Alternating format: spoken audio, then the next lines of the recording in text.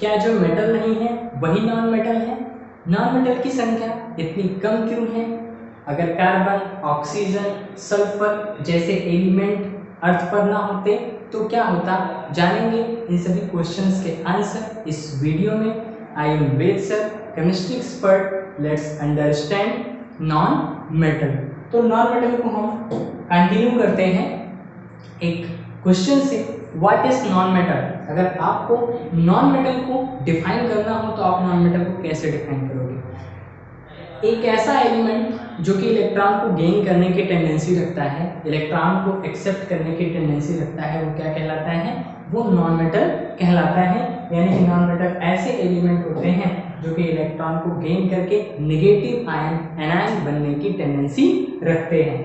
Next हम बात करते हैं इनके एग्जांपल्स की। नॉन मेटल के कौन कौन से एग्जांपल्स हैं? तो नॉन मेटल की जो संख्या है पीरियोडिक टेबल में, नेचर में बहुत ही कम है। उसके रीजन को हम आगे जानेंगे। पहले हम एग्जांपल्स को देखते हैं कि नॉन मेटल के कौन कौन से एग्जांपल्स जो हैं हम लोगों के पास में हैं। नॉन मेटल के जो बेस्ट एग्जांपल हैं वो है carbon, sulphur, phosphorus, silicon, hydrogen, oxygen, nitrogen, chlorine, bromine, neon, जो कि कैसी गैस है? नियॉन एक ऐसी गैस है जिसको कि नोबल गैस बोलते हैं, जो किसी के साथ रिएक्ट नहीं करता। और इसके अलावा जो है आर्गन, ये सभी जो एलिमेंट हैं, ये सभी एलिमेंट नेगेटिव आयन यानी कि एनायन बनाने की टेंडेंसी रखते हैं। इनमें से हम एक एग्जांपल उठाते हैं सिंपल सा क्लोरीन का। तो क्लोरीन जो होता है एक ऐसी एलिमेंट है जिसका जो ऑक्टेट है यानी कि आउटर मोस्ट जो सेल है उसमें इलेक्ट्रॉनों की कमी है। अगर हम क्लोरीन की बात करें तो इसका एटॉमिक नंबर है 17 और अगर हम इसका इलेक्ट्रॉनिक कॉन्फ़िगरेशन करते हैं तो इलेक्ट्रॉनिक कॉन्फ़िगरेशन करने पर आता है 287। जो इसका आउटर मोस्ट सेल है, आउटर मोस्ट सेल में एक इलेक्ट्रॉन की कमी है। तो अगर क्लोरीन को एक इलेक्ट्रॉन किसी दूसरे एलिमेंट से मिल जाता है तो क्लोरीन क्या करेगा? इलेक्ट्रॉन को लेकर के नेगेटिव आयन Cl- जो है क्लोराइड आयन वो बना लेगा और इस तरीके से उसका ऑक्टेट कंप्लीट होने के बाद अब वो इनएक्टिव हो जाएगा। अब ऑक्टेट देखते हैं इलेक्ट्रॉनिक कॉन्फ़िगरेशन करके, तो 8 and 8, 17 इलेक्ट्रॉन पहले थे, 17 एटॉमिक नंबर है तो 17 प्रोटॉन, 17 इलेक्ट्रॉन और एक इलेक्ट्रॉन ऐड होने के बाद इसमें कितने हो गए? 18 इलेक्ट्रॉन हो गए। तो इसका ऑक्टेट हो गया कंप्लीट। तो नॉन मेटल ऐसे एलिमेंट होते हैं जो कि इलेक्ट्रॉन को लेकर के नेगेटिव आयन बनाने की टेंडेंसी रखते हैं ताकि उनका जो ऑक्टेट है वो कंप्लीट हो जाए। ऐसे क्लोरीन है, फ्लोरीन है, ब्रोमीन है, कार्बन है। अब ये सभी एलिमेंट क्या करते हैं? इलेक्ट्रॉन को लेकर के अपने ऑक्टेट को जो है कंप्लीट करते हैं। बात करते हैं इन एग्जांपल्स की काफी डिटेल में। सबसे पहले हम बात करते हैं कार्बन की। जो कार्बन है, अगर कार्बन ना होता तो शायद अर्थ पर लाइफ भी ना होती। अब आप लोग पूछेंगे कि कार्बन के ना होने पर अर्थ पर लाइफ क्यों नहीं हो सकती? कार्बन जो है, जितने भी एनिमल हैं, जितने भी प्लांट हैं, उन सभी का जो स्ट्रक्चरल यूनिट है जैसे कि कार्बोहाइड्रेट, प्रोटीन और फैट, इन सभी से ही मिल करके सारे के सारे जो सेल्स हैं वो बनी हैं, सारे के सारे टिश्यू जो है वो बने हैं। तो अगर कार्बन नहीं होगा तो कार्बन कार्बोहाइड्रेट में मिलता है, प्रोटीन में मिलता है, फैट में मिलता है, इन सभी चीजों में, इन सारे बायोमॉलिक्यूल्स में कार्बन मिलता है। तो अगर कार्बन ना होता तो अर्थ पर ये जो एनिमल बॉडीज और प्लांट बॉडीज दिखाई पड़ती हैं, क्या ये मिलती? स्ट्रक्चरल यूनिट ही है कार्बन। अगर कार्बन भी नहीं है तो फिर ये सारे बायोमॉलिक्यूल्स भी ना बनते। कार्बन लगभग सभी, कार्बन जो है वो सारे ऑर्गेनिक मटेरियल में प्रेजेंट है। ऑर्गेनिक मटेरियल उन्हीं को बोलते हैं जो कार्बन से बने होते हैं। और काफ़ी सारी चीज़ें जो हम यूज़ करते हैं, चाहे वो बुक्स हो जाएं, प्लास्टिक जो है, काफ़ी सारी चीज़ें हमारे दैनिक जीवन की यानी कि डेली लाइफ में यूज होने वाली मोर देन 90% चीज़ें किसकी हैं? मोर देन 90% चीज़ें ऑर्गेनिक हैं, इसी कार्बन की बनी हुई हैं। कार्बन लगभग सभी में प्रेजेंट है, सभी और मतलब सारे के सारे ऑर्गेनिक कंपाउंड कार्बन के बने हैं। ऐसा क्यों है कि वो कार्बन के बने हैं? कार्बन की कैटेनेशन प्रॉपर्टी के कारण, यानी कि कार्बन लगभग सभी एलिमेंट के साथ बॉन्ड बना लेता है और कार्बन कार्बन स्वयं जुड़ करके एक लंबी सी चेन बना सकते हैं। इसी प्रॉपर्टी को कैटेनेशन प्रॉपर्टी जो है बोलते हैं। तो इसी प्रॉपर्टी की वजह से बायोमॉलिक्यूल और जो ऑर्गेनिक मटेरियल है उन सभी में क्या है, कार्बन जरूरी है, कार्बन प्रेजेंट है। बात करते हैं कार्बन के एलोट्रोप्स की। एलोट्रोप्स क्या होते हैं? एलोट्रोप्स जो होते हैं, अगर एक ही element different different physical form में मिलता है तो उसी को हम क्या बोलते हैं, एलोट्रोप बोलते हैं। अब कार्बन के कौन कौन से एलोट्रोप हैं? तो कार्बन जो है उसके एलोट्रोप्स हैं। सबसे पहले हम बात करते हैं कोल की। जो कोयला होता है वो कार्बन का एलोट्रोप है। कोल के अलावा जो है डायमंड, कोल के अलावा डायमंड, डायमंड के अलावा जो है ग्रेफाइट, डायमंड के अलावा ग्रेफाइट जो है वो भी कार्बन का एलोट्रोप है। ये सभी किसके बने हुए हैं? ये सभी जो हैं कार्बन के एलोट्रोप हैं। कोल हो गया, डायमंड हो गया, ग्रेफाइट हो गया। अब तो आप लोग कहेंगे कि सर कार्बन से कोल भी बनता है, कोयला भी कार्बन ही है, डायमंड भी कार्बन है, ग्रेफाइट भी कार्बन है, और इसी कोल से ही डायमंड बनता है। इसी कोल से ही क्या बनता है? डायमंड बनता है। अब तो आप लोग सोचेंगे कि सर हम लोग तो बहुत अमीर हो गए, हमारे पास ढेर सारा कोयला है, उसको हम डायमंड में कन्वर्ट कर लेंगे। पर क्या ऐसा होता है कि जो कोयला है वो डायमंड में कन्वर्ट होता है? अगर आप ऐसा सोच रहे हैं कि आप कोयले को डायमंड में कन्वर्ट करके बहुत ही ज़्यादा अमीर बन जाएंगे, तो श्योर ऐसा हो सकता है, लेकिन उसके लिए आपको हजारों साल तक वेट करना पड़ेगा। यानी कि कोल से डायमंड में जो कन्वर्जन होता है, कोल से डायमंड में कन्वर्जन में लगभग हजारों साल लग जाते हैं। और टेम्परेचर कितना होना चाहिए? टेम्परेचर जो है वो लगभग 2000 डिग्री सेल्सियस के अबव टेम्परेचर होना चाहिए। काफी ज्यादा प्रेशर होना चाहिए, एटमॉस्फेरिक प्रेशर होना चाहिए, तब जा करके ये जो कोल है यानी कि प्योर कार्बन जो होता है वो किसमें कन्वर्ट होता है? डायमंड में कन्वर्ट होता है। इसी वजह से डायमंड काफी महंगा है। अच्छा, नेचर में जो डायमंड प्रेजेंट है वो कैसे बने? ये जो है प्योर कार्बन से बने। प्योर कार्बन आज के टाइम पे कोयले में नहीं मिलता है, बल्कि इसके पहले के टाइम पे, काफी पहले के टाइम पे जब अर्थ का इवोल्यूशन हो रहा था, उस टाइम पर कई सारे वॉल्केनिक इरप्शंस हुए थे, ज्वालामुखी विस्फोट हुए थे। उसमें जो प्योर कार्बन था वो प्योर कार्बन इस टेम्परेचर पे और उस एटमॉस्फेरिक प्रेशर पे काफी दिनों के बाद में जो है, काफी सालों के बाद डायमंड में कन्वर्ट हो गया था। तो आज के टाइम पे खुदाई में यही डायमंड जो है मिलते हैं। इसके अलावा ग्रेफाइट, ग्रेफाइट जो होता है वो पेंसिल की नोक में प्रेजेंट होता है। तो ग्रेफाइट भी जो है किसका एलोट्रोप है? ग्रेफाइट भी जो है वो कार्बन का एलोट्रोप है। कार्बन हो गया, सल्फर हो गया, ऑक्सीजन। सबसे ज्यादा अगर हम बात करें इंपॉर्टेंट एलिमेंट कौन सा है अर्थ पे, तो कार्बन के बाद में सबसे ज्यादा इंपॉर्टेंट एलिमेंट है ऑक्सीजन। क्योंकि कार्बन को ऑक्सीडाइज करने का काम, ऑर्गेनिक कंपाउंड को ऑक्सीडाइज करने का काम किसका होता है? ऑक्सीजन का होता है। अगर ऑक्सीजन ना होती तो हम लोग ब्रीथ कैसे करते? अगर ऑक्सीजन ना होती तो ऑर्गेनिक मटेरियल फूड का ऑक्सीडेशन कैसे होता? और अगर ऑक्सीडेशन ना होता तो क्या होता? अगर ऑक्सीडेशन ना होता तो अर्थ पर लाइफ ही ना होती। तो ये सारे के सारे जो नॉन मेटल एलिमेंट हैं वो सभी जो है हम लोगों के लिए काफी इंपॉर्टेंट है, और उनमें सबसे इंपॉर्टेंट कार्बन है और ऑक्सीजन है। यानी कि नेचर में अगर CO2 है तो CO2 जो है वो कोई हार्मफुल गैस नहीं है। अगर किसी भी अर्थ पे अगर CO2 जैसी गैस नहीं होगी तो क्या होगा? वहां पर लाइफ एग्जिस्ट नहीं कर सकती, क्योंकि प्लांट फोटोसिंथेसिस के थ्रू अपना फूड बनाते हैं। तो फोटोसिंथेसिस के लिए उनको CO2 गैस इंपॉर्टेंट है।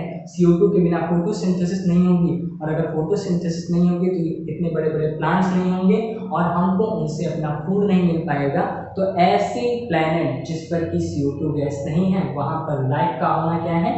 वहां पर लाइफ का होना भी इम्पॉसिबल होता है।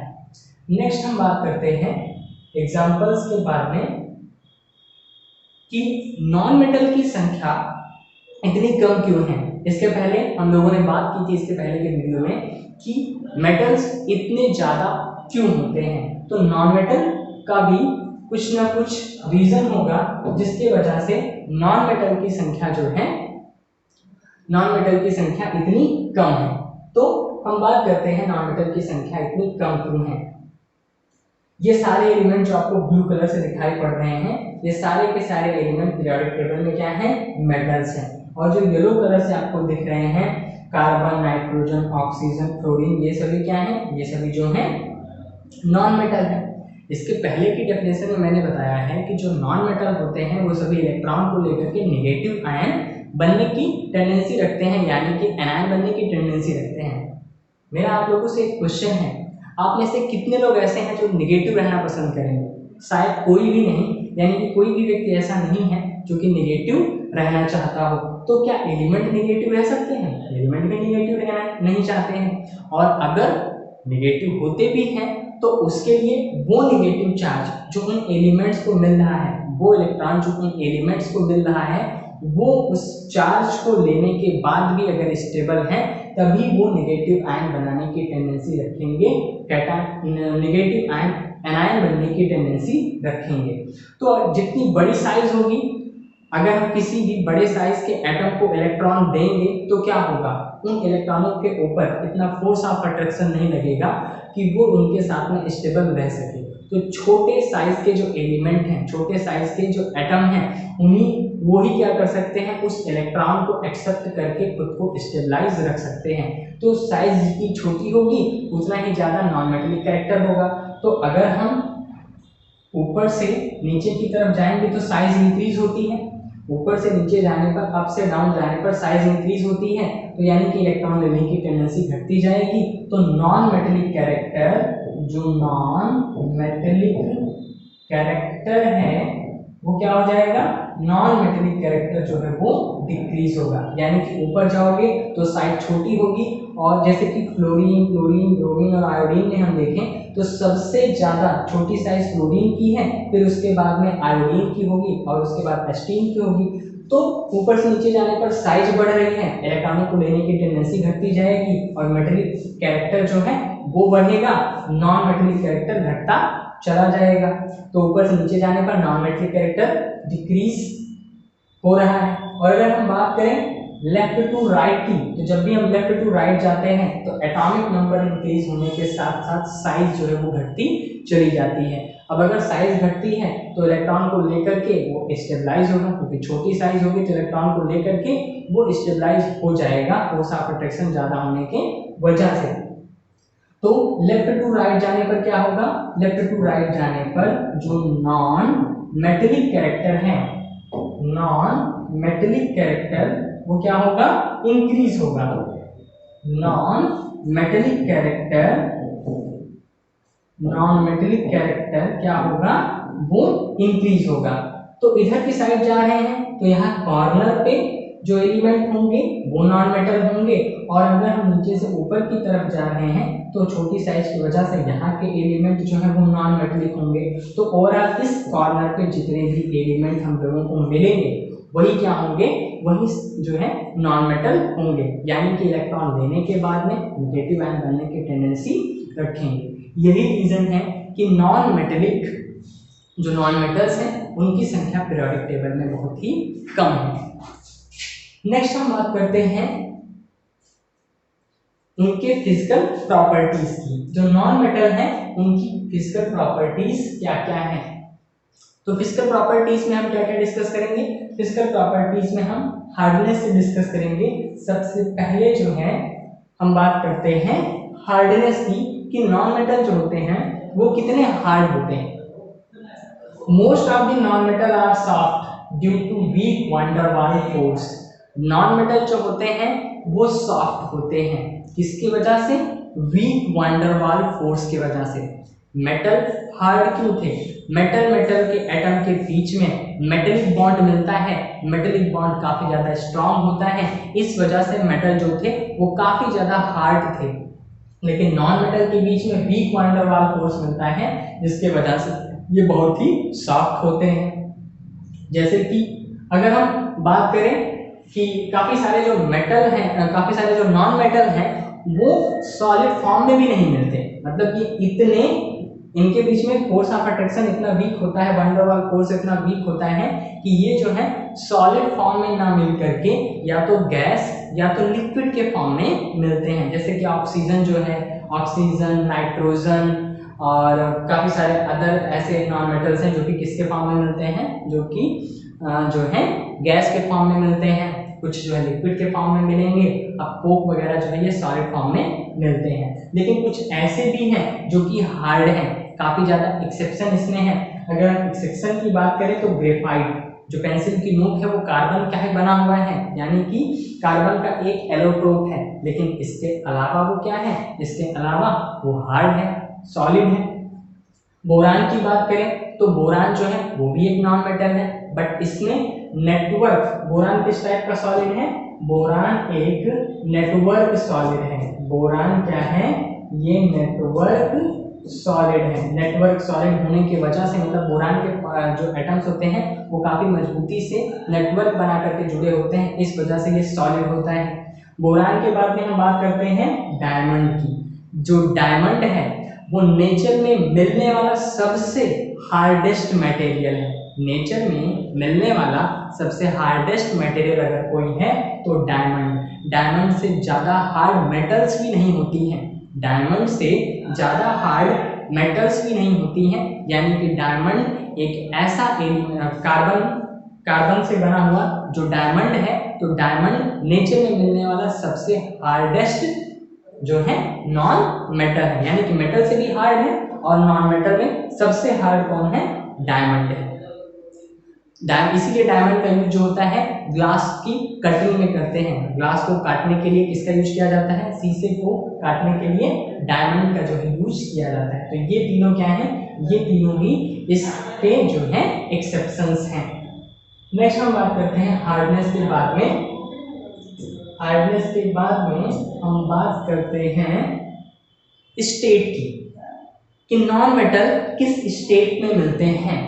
ये सॉलिड फेज में मिलते हैं या लिक्विड फेज में मिलते हैं या फिर ये गैस के फेज में मिलते हैं, और इसी में हम डिस्कस करेंगे वैन डर वाल फोर्स को।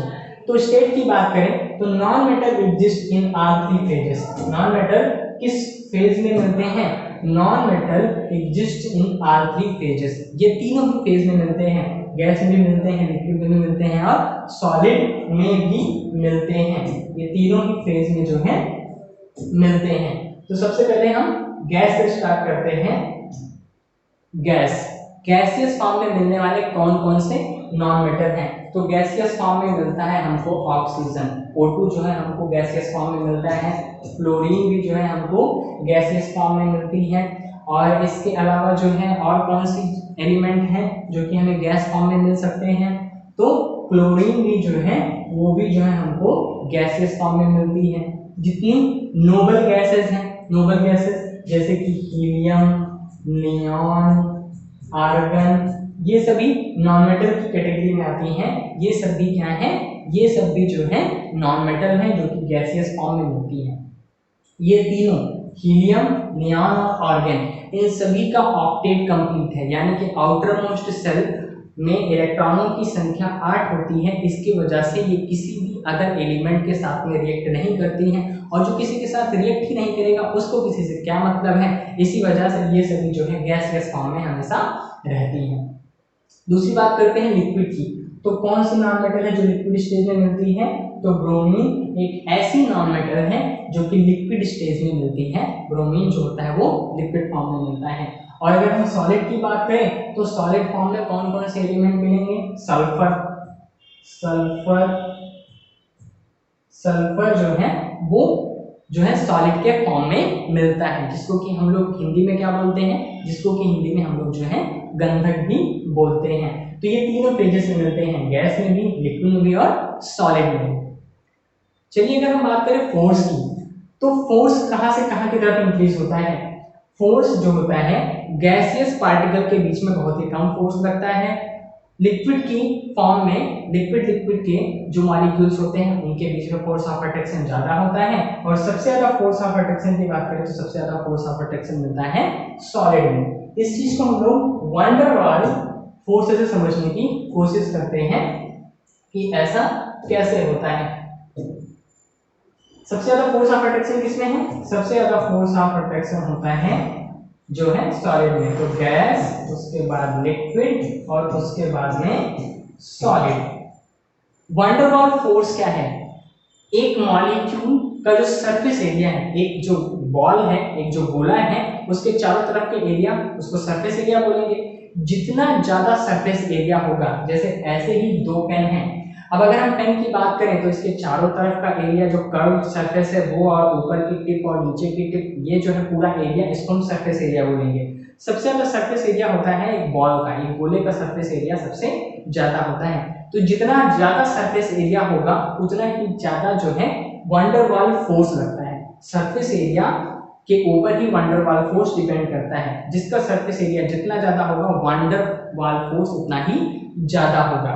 तो जितना ज्यादा वंडरवाल फोर्स होगा उतना ही ज्यादा वो गैस से लिक्विड और लिक्विड से सॉलिड में जाने की टेंडेंसी रखता है। यानी कि सबसे कम अगर फोर्स लगता है तो सबसे कम वंडरवाल फोर्स गैस में, फिर उससे ज्यादा लिक्विड में, फिर उससे भी कहीं ज्यादा लगता है सॉलिड में, क्योंकि सॉलिड के पार्टिकल मूव नहीं करते हैं, वो अपनी ही पोजीशन पे फिक्स रहते हैं, तो वहां पर स्ट्रॉन्ग वंडरवाल फोर्स लगता है।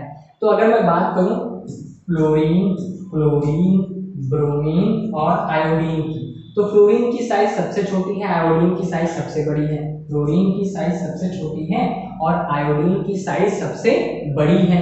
तो इनमें से कौन सा जो है सॉलिड में रहेगा और कौन सा गैस में रहेगा? सबसे छोटी साइज फ्लोरीन की, तो जितनी छोटी साइज उतना ही कम वंडरवाल फोर्स। तो कम वंडरवाल फोर्स की वजह से ये गैसियस फॉर्म में होता है, फ्लोरीन किस फेज में होता है? गैसियस फॉर्म में होता है। सेम ऐसे ही फ्लोरीन में थोड़ा ज्यादा फोर्स लगती है लेकिन फिर भी ये गैसियस फॉर्म में रहता है। ब्रोमीन, ब्रोमीन की साइज थोड़ा बड़ी होती है क्लोरीन से, तो ब्रोमीन की साइज बड़ी होने की वजह सरफेस एरिया भी ज्यादा होगा, वंडरवाल फोर्स बढ़ेगा और ये लिक्विड की स्टेज में आ जाएगा। और इससे भी ज्यादा बड़े साइज होती है आयोडीन की, तो आयोडीन किस में कन्वर्ट हो जाएगा? आयोडीन कन्वर्ट हो जाएगा सॉलिड में। तो इस तरीके से जब भी हम पीरियोडिक टेबल में ऊपर से नीचे जाते हैं तो जो है सॉलिड होने की टेंडेंसी बढ़ती जाती है। अब यहाँ पर वंडरवाल फोर्स क्यों लग रहा है? वंडरवाल फोर्स सिर्फ मॉलिक्यूल्स के बीच में लगता है। मेटल के बीच में मेटेलिक बॉन्ड था, लेकिन नॉन मेटल के बीच में वंडरवाल फोर्स लगता है, क्योंकि एक नॉन मेटल अकेले नहीं रह सकता। जैसे कि अगर हम बात करें क्लोरीन की, तो क्लोरीन हमेशा डाई एटॉमिक स्टेज में मिलेगा, वो हमेशा जो है Cl2 के फॉर्म में मिलेगा। क्यों मिलेगा? क्योंकि इतना ज्यादा रिएक्टिव होता है कि एक इलेक्ट्रॉन इसके पास में नहीं है तो ये अपने वाले दूसरे ही एटम के साथ में उन इलेक्ट्रॉनों को साझा कर लेता है। एक क्लोरीन के पास में भी एक इलेक्ट्रॉन की कमी है, दूसरे के भी पास में एक इलेक्ट्रॉन की कमी है, तो दोनों क्या करेंगे? एक दूसरे को एक एक इलेक्ट्रॉन दे करके अपना ऑक्टेट कंप्लीट कर लेंगे और ये मॉलिक्यूल के फॉर्म में आ जाएंगे। तो Cl2 जो है मॉलिक्यूल। तो अब एक मॉलिक्यूल और दूसरा मॉलिक्यूल, अगर इनके बीच में फोर्स ऑफ अट्रैक्शन ज्यादा होगा, अगर दो मॉलिक्यूल के बीच में फोर्स ऑफ अट्रैक्शन ज्यादा होगा, तभी तो वहां पर जो है गैस से सॉलिड में जाने की टेंडेंसी बढ़ेगी। तो नॉन मेटल हमेशा ही किस फॉर्म में रहते हैं? मॉलिक्यूल के फॉर्म में रहते हैं। इस वजह से इनके बीच में वंडरवाल फोर्स लगता है। वंडरवाल फोर्स डिपेंड करेगा सरफेस एरिया के ऊपर। जितना ज्यादा सरफेस एरिया होगा उतना ही स्ट्रॉन्ग वंडरवाल फोर्स होगा, और फिर फेज डिपेंड करेगी कितना ज्यादा वंडरवाल फोर्स लग रहा है। तो आप लोगों को स्टेट समझ में आ गया होगा कि ये तीनों स्टेट में क्यों मिलते हैं, ये तीनों फेज में क्यों मिलते हैं, सॉलिड में भी, लिक्विड में भी और जो है गैस, तीनों ही फेज में ये मिलते हैं। और ये डिपेंड किस पे करता है? इनके मॉलिक्यूल्स के बीच में लगने वाले वंडरवाल फोर्स पर। नेक्स्ट हम बात करते हैं अगली प्रॉपर्टी की। तो अगली प्रॉपर्टी क्या है? अगली प्रॉपर्टी है साउंड। मेटल को पीटने पर उनमें से साउंड निकलती है, मेटेलिक साउंड निकलती है, लेकिन नॉन मेटल इतने सॉफ्ट होते हैं कि इनको पीटने पर ऐसी कोई साउंड नहीं आती है। तो non metal do not produce any sound. Non metal जो होते हैं वो सॉफ्ट होने की वजह से कोई भी साउंड जो है प्रोड्यूस नहीं करते हैं। नेक्स्ट हम बात करते हैं अगली फिजिकल प्रॉपर्टी की। तो अगली फिजिकल प्रॉपर्टी क्या है? कंडक्शन। अगली फिजिकल प्रॉपर्टी है कंडक्शन। कंडक्शन क्या है? कंडक्शन, इसके पहले ही हम लोग बात कर चुके हैं कि जो मेटल्स होते हैं वो इलेक्ट्रिसिटी और हीट को जो है कंडक्ट करते हैं। यानी कि मेटल की जो रॉड होती है वो उसके एक सिरे से हीट और इलेक्ट्रिसिटी ट्रांसफर होकर के दूसरे सिरे तक पहुंचती है, क्योंकि उनमें फ्री इलेक्ट्रॉन्स होते हैं। क्योंकि चार्ज को कैरी करने के लिए, कंडक्शन के लिए फ्री इलेक्ट्रॉन्स होने चाहिए, तो मेटल में वो इलेक्ट्रॉन को छोड़ करके वो इलेक्ट्रॉन को छोड़ सकते हैं। तो मेटल में कई सारे फ्री इलेक्ट्रॉन्स होते हैं जिनकी वजह से वो हीट और चार्ज को कैरी कर सकते हैं। बट नॉन मेटल ऐसा क्यों नहीं करते? नॉन मेटल पुअर कंडक्टर होते हैं, हीट और इलेक्ट्रिसिटी के बहुत ही पुअर कंडक्टर होते हैं। ऐसा क्यों होता है? क्योंकि जो नॉन मेटल होते हैं, जैसे मैं क्लोरीन की बात कर रहा था, तो क्लोरीन क्या करेगा? जो क्लोरीन होगा वो जो है Cl2 के फॉर्म में है। एक क्लोरीन के पास एक इलेक्ट्रॉन की कमी थी, उसने दूसरे क्लोरीन एटम के साथ में शेयरिंग की, दोनों ने एक इलेक्ट्रॉन दूसरे को दिया और उन्होंने एक कोवैलेंट बॉन्ड बना लिया। अब एक क्लोरीन के पास, मतलब क्लोरीन मॉलिक्यूल के पास में क्या कोई फ्री इलेक्ट्रॉन बचा? क्लोरीन मॉलिक्यूल के पास में कोई फ्री इलेक्ट्रॉन बचा ही नहीं। और अगर फ्री इलेक्ट्रॉन्स नहीं है तो कंडक्शन कहाँ से होगा?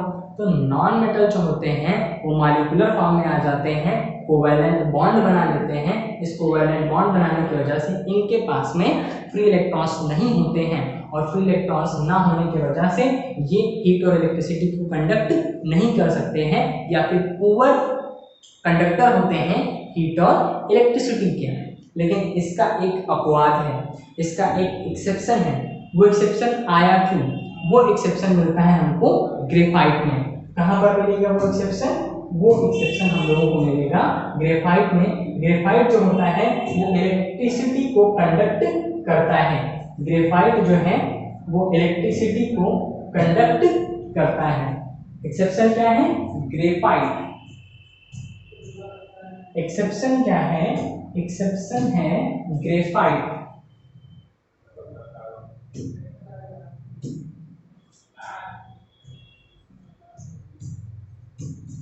ग्रेफाइट इलेक्ट्रिसिटी को कंडक्ट क्यों करता है?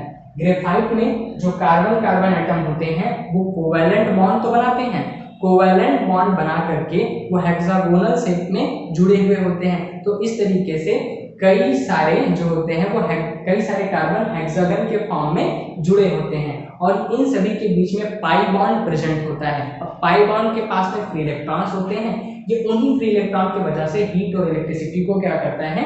हीट और इलेक्ट्रिसिटी को कंडक्ट करता है।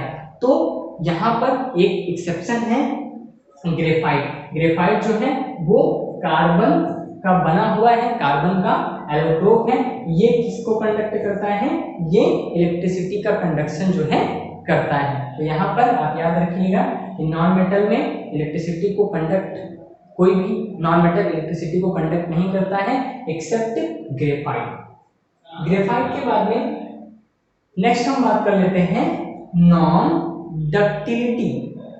डक्टिलिटी क्या होती है? तो डक्टिलिटी जो होती है, डक्टिलिटी मीन्स होता है किसी भी चीज को खींच करके उसके वायर बनाने की टेंडेंसी को हम क्या बोलते हैं? डक्टिलिटी बोलते हैं। मेटल के पार्टिकल, मेटल के जो एटम्स होते हैं वो मेटेलिक बॉन्ड से इतनी मजबूती से जुड़े होते हैं कि उनको अगर हम फोर्सफुली खींचते भी हैं तो फोर्स ऑफ अट्रैक्शन तब भी कम नहीं होता है, वो भले ही फैलते चले जाते हैं। यहाँ तक कि गोल्ड से जो है 1 ग्राम गोल्ड से लगभग 1 से 2 किलोमीटर लंबी जो है वायर बनाई जा सकती है। लेकिन नॉन मेटल में ऐसा कुछ नहीं होता, क्योंकि नॉन मेटल हमेशा मॉलिक्यूल के फॉर्म में होते हैं। एक मॉलिक्यूल और दूसरे मॉलिक्यूल के बीच में weak van der Waals force लगता है। अब इस वजह से इनकी टेंसाइल स्ट्रेंथ बहुत ही कम होती है। और नॉन मेटल्स कैसे होते हैं? नॉन मेटल जो होते हैं वो नॉन डक्टाइल होते हैं। तो सॉलिड स्टेट की बात करें, सॉलिड स्टेट में जो नॉन मेटल होते हैं वो ना तो मेलेबल होते हैं और ना ही डक्टाइल होते हैं। मेलेबल क्या होता है? मेलेबल का मतलब अगर हम किसी चीज को पीट रहे हैं और बिना टूटे ही उसका शेप बढ़ता चला जा रहा है तो इस प्रॉपर्टी को मेलेबिलिटी बोलते हैं। मेलेबिलिटी मेटल में होती है, डक्टिलिटी भी मेटल में होती है। नॉन मेटल में ना तो मेलेबिलिटी होती है और ना ही डक्टिलिटी होती है, यानी कि इनके ना तो वायर बनाए जा सकते हैं और ना ही पीट करके इनके शेप को बढ़ाया जा सकता है। नेक्स्ट हम बात करते हैं अगली प्रॉपर्टी की। तो अगली प्रॉपर्टी क्या है? अगली प्रॉपर्टी है ब्रिटलनेस, यानी कि अगर ये डक्टाइल नहीं है तो ये कैसे होते हैं? ये ब्रिटल होते हैं, यानी कि अगर इनको हथौड़ों से चोट पहुंचाई जाएगी तो ये जो होते हैं वो छोटे छोटे टुकड़ों में टूट जाते हैं। तो इस प्रॉपर्टी जो है, ये ऐसी प्रॉपर्टी नॉन मेटल्स में प्रेजेंट होती है। नॉन मेटल जो होते हैं आर ब्रिटल, अगर उनको जो है they break into pieces when hammered, जब इनको हथौड़े से चोट पहुंचाई जाती है तो ये छोटे छोटे पीसेस में टूट जाते हैं। जैसे कि कोयला, अगर उसको हथौड़े से चोट पहुंचाई जाती है तो वो छोटे छोटे पीसेस में टूट जाता है। नेक्स्ट अब हम बात करते हैं अगले प्रॉपर्टी की। अगली प्रॉपर्टी है मेल्टिंग एंड बॉइलिंग पॉइंट। इसको भी हम लोग डिस्कस कर चुके हैं कि मेटल की जो मेल्टिंग और बॉइलिंग पॉइंट है वो काफी हाई है। क्यों हाई है? क्योंकि मेटल मेटल के बीच में स्ट्रॉन्ग मेटेलिक बॉन्ड है, और अगर मुझे उसकी फेस को चेंज करना है, सॉलिड से अगर उसको लिक्विड के फॉर्म में लाना है, तो उनके बीच में लगने वाले फोर्स को कम करना होगा। उस फोर्स को कम कैसे किया जा सकता है? उस फोर्स को कम करने के लिए हमें उसको हीट देनी होगी। तो जब मॉलिक्यूल के पास में हीट देने पर मॉलिक्यूल के साथ में क्या होगा, एटम के साथ में क्या होगा, जब भी हम किसी एटम या मॉलिक्यूल को हीट देते हैं तो उसकी काइनेटिक एनर्जी बढ़ती जाती है, उसकी जो गतिज ऊर्जा है वो बढ़ती जाती है। और सॉलिड से ज्यादा गतिज ऊर्जा किसमें होती है? सबसे कम काइनेटिक एनर्जी सॉलिड। उसके बाद में अगर हम काइनेटिक एनर्जी की बात कर लें, अगर हम काइनेटिक एनर्जी की बात कर लें तो जो काइनेटिक एनर्जी का ऑर्डर होगा सबसे ज्यादा किसमें होगा? सबसे ज्यादा गैस, गैस के बाद में लिक्विड, और लिक्विड के बाद में सॉलिड। सबसे ज्यादा गैस, फिर लिक्विड, और फिर उसके बाद में सॉलिड।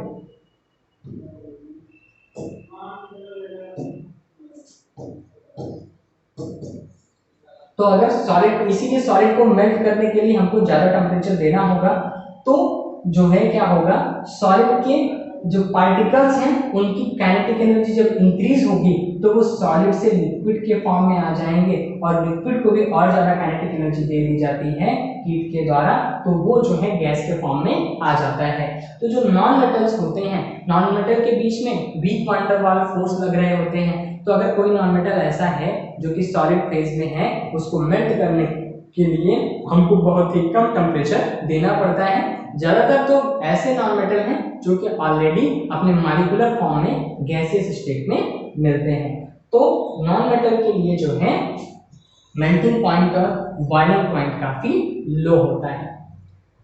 नेक्स्ट हम बात करते हैं अब फिजिकल प्रॉपर्टी को कंप्लीट करने के बाद में हम बात करते हैं इसके अलावा जो है केमिकल प्रॉपर्टी की। केमिकल प्रॉपर्टी यानी कि किस तरह से रिएक्शंस जो है देते हैं। तो केमिकल प्रॉपर्टी में सबसे पहले हम डिस्कस करते हैं रिएक्शन विद ऑक्सीजन। ऑक्सीजन खुद एक नॉन मेटल है, बट ऑक्सीजन काफी ज्यादा रिएक्टिव होती है, तो ये नॉन मेटल में बाकी अदर एलिमेंट के साथ में भी क्या करती है, रिएक्ट करती है। तो सबसे पहले हम देखते हैं रिएक्शन विद ऑक्सीजन।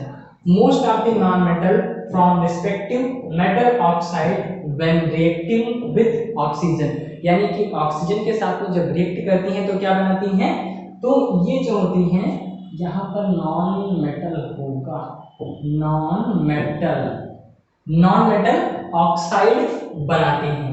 जैसे कि नॉन मेटल ऑक्सीजन ये मिलकर के क्या बनाएंगे, नॉन मेटेलिक ऑक्साइड बनाएंगे। और नॉन मेटल के जो ऑक्साइड होते हैं ये कैसे होते हैं, एसिडिक होते हैं। मेटल के ऑक्साइड पानी में डालने पर बेस बनाते हैं, लेकिन नॉन मेटल के ऑक्साइड वाटर में डालने पर एसिड बनाते हैं। तो नॉन मेटल के जो ऑक्साइड हैं वो क्या वो कैसे नेचर के होते हैं, वो सभी जो हैं एसिडिक नेचर के होते हैं। हम एग्जांपल देखते हैं। सबसे पहला एग्जांपल कार्बन की रिएक्शन ऑक्सीजन के साथ में। तो कार्बन, जब भी कोयले को, कार्बन को ऑक्सीजन के साथ में जलाया जाता है तो ये दो टाइप के ऑक्साइड फॉर्म करता है। पहला तो कार्बन मोनोऑक्साइड, ये कार्बन मोनोऑक्साइड भी बना सकता है, और कार्बन जब ज्यादा अमाउंट में ऑक्सीजन होती है तो उससे रिएक्ट करके क्या बनाता है, तब उससे रिएक्ट करके जो है ये कार्बन डाइऑक्साइड बना सकता है। जब कम ऑक्सीजन है तो एक ही ऑक्सीजन कार्बन के साथ जुड़ती है, ज्यादा ऑक्सीजन होती है तो दोनों ऑक्सीजन कार्बन के साथ में जुड़ती है। तो ये दो टाइप के ऑक्साइड फॉर्म करता है, कार्बन मोनोऑक्साइड और कार्बन डाइऑक्साइड। नेक्स्ट हम दूसरा एग्जांपल देखते हैं, reaction of sulphur with oxygen. Sulphur भी, गंधक को भी ऑक्सीजन के साथ जब जलाया जाता है तो सल्फर के ऑक्साइड फॉर्म होते हैं। ये भी दो टाइप का ऑक्साइड बनाता है। जब ऑक्सीजन की मात्रा कम होती है तो सल्फर डाइऑक्साइड बनता है, लेकिन जब ऑक्सीजन की मात्रा ज्यादा होती है तो क्या बनता है, सल्फर ट्राइऑक्साइड जो है बनता है। लेकिन सल्फर ट्राइऑक्साइड बनाने के लिए जो है इसी रिएक्शन का यूज जो है हम कर लेते हैं। SO2 की रिएक्शन, सल्फर डाइऑक्साइड की रिएक्शन ऑक्सीजन के साथ में करा करके हम सल्फर ट्राइऑक्साइड जो है बना लेते हैं। तो हमने एग्जांपल देखे हैं कि जो नॉन मेटल होती हैं वो ऑक्सीजन के साथ रिएक्ट करके नॉन मेटेलिक ऑक्साइड बनाती हैं। तो जैसे हम CO2 की बात करते हैं, ये जो CO2 है अगर इसको वाटर में डिसॉल्व कर दिया जाए तो CO2 और H2O क्या बनेगा, कार्बन डाइऑक्साइड का एसिड, जिसको कि हम लोग कार्बोनिक एसिड बोलते हैं। ये बहुत ही वीक एसिड है। लेकिन अगर हम सल्फर डाइऑक्साइड के साथ पानी मिला दें, सल्फर डाइऑक्साइड में अगर हम वाटर मिलाते हैं तो कौन सा एसिड बनता है, H2SO3। इसका नाम क्या है, इसका नाम जो है सल्फ्यूरस एसिड है। और अगर हम SO3 के साथ में वाटर मिक्स करते हैं तो कौन सा एसिड बनता है, H2SO4 बनता है। H2SO4 को क्या बोलते हैं, सल्फ्यूरिक एसिड, इसको बोलते हैं सल्फ्यूरिक एसिड। अब सल्फ्यूरिक एसिड ज्यादा स्ट्रॉन्ग एसिड है H2SO3 से, सल्फ्यूरस एसिड से। पहले मैं बता चुका हूं कि हाईएस्ट ऑक्सीडेशन स्टेट वाले, जितने ज्यादा ऑक्सीजन उतना ज्यादा oxidation number, highest oxidation state वाले नॉन मेटल का जो ऑक्साइड होता है उसके लास्ट में इक जोड़ते हैं और उससे कम वाले ऑक्सीडेशन नंबर वाले के साथ में अस जोड़ देते हैं। नेक्स्ट हम बात करते हैं अभी केमिकल प्रॉपर्टी की। पहले तो हम लोगों ने ऑक्सीजन के साथ में रिएक्शन देखी, अब इसके बाद में जो है हम वाटर के साथ में रिएक्शन देखते हैं। पहले हम बात करते हैं मेटल की। मेटल वाटर के साथ रिएक्ट करके मेटल हाइड्रोक्साइड बनाता है। चूंकि मेटल इलेक्ट्रॉनों को छोड़ देते हैं और वो इलेक्ट्रॉन हाइड्रोजन को रिड्यूस करते हैं, वाटर में प्रेजेंट प्रोटॉन्स को रिड्यूस करते हैं, तो वहां पर रिएक्शन पॉसिबल होती है। बट नॉन मेटल जनरली जो है वो वाटर से रिएक्ट ही नहीं करते। रीजन क्या है, पहले ही वो मॉलिक्यूल के फॉर्म में है, उनका ऑक्टेट कंप्लीट है। अब मॉलिक्यूल वाटर के साथ रिएक्ट नहीं करेंगे। और वैसे भी नॉन मेटल जो होते हैं, नॉन मेटल के मॉलिक्यूल जो होते हैं वो वाटर के साथ इसलिए रिएक्ट नहीं करते क्योंकि वाटर एक पोलर मॉलिक्यूल है और ये सभी जो है नॉन पोलर मॉलिक्यूल हैं। तो नॉन पोलर वाले कभी भी पोलर वाले में डिसॉल्व नहीं होते और इसी वजह से ये वाटर के साथ में रिएक्ट भी नहीं करते, सिवाय किसके, सिवाय जो है फ्लोरीन के। फ्लोरीन जो होता है वो वाटर के साथ में रिएक्ट कर लेता है।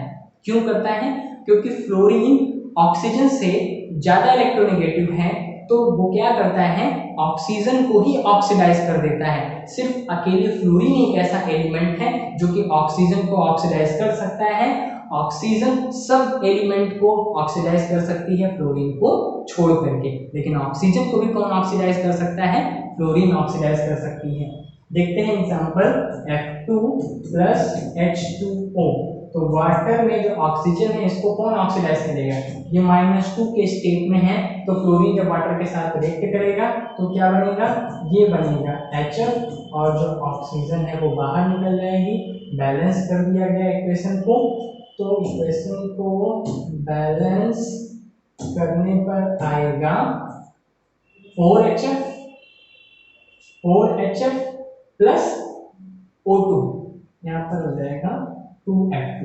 तो इस तरीके से जो है फ्लोरीन वाटर के साथ में रिएक्ट करती है और वाटर में प्रेजेंट ऑक्सीजन को क्या कर देता है, फ्लोरीन ऑक्सीडाइज कर देता है, ऑक्सीजन को बाहर निकाल देता है। Third, reaction of non metal with base. Non metal की रिएक्शन बेस के साथ में, पहले ही मैंने बताया कि जो नॉन मेटल होते हैं उनके ऑक्साइड कैसे होते हैं, एसिडिक होते हैं। तो नॉन मेटल का नेचर खुद कैसा होगा, नॉन मेटल का खुद का नेचर जो है वो होगा एसिडिक। तो इसीलिए ये जो है बेस के साथ में रिएक्ट करते हैं और क्या बनता है, बेस के साथ में जब ये रिएक्ट करते हैं तो साल्ट बनता है और क्या बनेगा, वाटर बनेगा। देख लेते हैं हम लोग इसके एग्जाम्पल। इसके एग्जाम्पल क्या है, नॉन मेटल प्लस बेस क्या बनेगा, साल्ट प्लस वाटर। एग्जाम्पल में देखते हैं हम Cl2, क्लोरीन की NaOH के साथ में रिएक्शन। NaOH एक बेस है, ये क्लोरीन के साथ में रिएक्ट करेगा तो क्या प्रोडक्ट बनेगा, एक प्रोडक्ट बनेगा NaOCl, sodium hypochloride plus NaCl plus और ये जो रिएक्शन है ये एक टाइप की डिसप्रपोर्शनेशन रिएक्शन है, क्योंकि यहाँ पर जो Cl2 का ऑक्सीडेशन नंबर है वो प्रोडक्ट में दो अलग अलग ऑक्सीडेशन नंबर ये शो करना है, इसलिए ये एक टाइप की डिसप्रपोर्शनेशन रिएक्शन है। तो Cl2 प्लस कितने NaOH होंगे बैलेंस करने के लिए रिएक्शन को, यहाँ पर 6 NaOH के साथ में जब रिएक्शन होगी यहाँ पर 2 NaOH होगा, Cl2 plus 2 NaOH, Cl2 plus 2 NaOH product बनेगा NaOCl, sodium hypochloride, sodium chloride और इसके अलावा जो है वाटर, ये प्रोडक्ट जो है फॉर्म होगा। तो नॉन मेटल जो होती हैं वो बेस के साथ में रिएक्ट करके साल्ट बनाती हैं और इसके अलावा जो है वाटर बनाती हैं। तो आज के लेक्चर में हम लोगों ने नॉन मेटल की जो है फिजिकल प्रॉपर्टीज और केमिकल प्रॉपर्टीज को डिस्कस किया है। अगले लेक्चर में हम लोग जो है साल्ट के फॉर्मेशन के बारे में पढ़ेंगे कि मेटल और नॉन मेटल आपस में कैसे रिएक्ट करती हैं और कैसे साल्ट का फॉर्मेशन होता है, साल्ट की कौन कौन सी प्रॉपर्टीज हैं। तो आप लोग इस वीडियो को अपने फ्रेंड्स तक शेयर करिए, ऐसे ही वीडियोस आपको मिलते रहेंगे। मैं मिलता हूं अगली वीडियो में, तब तक के लिए बाय।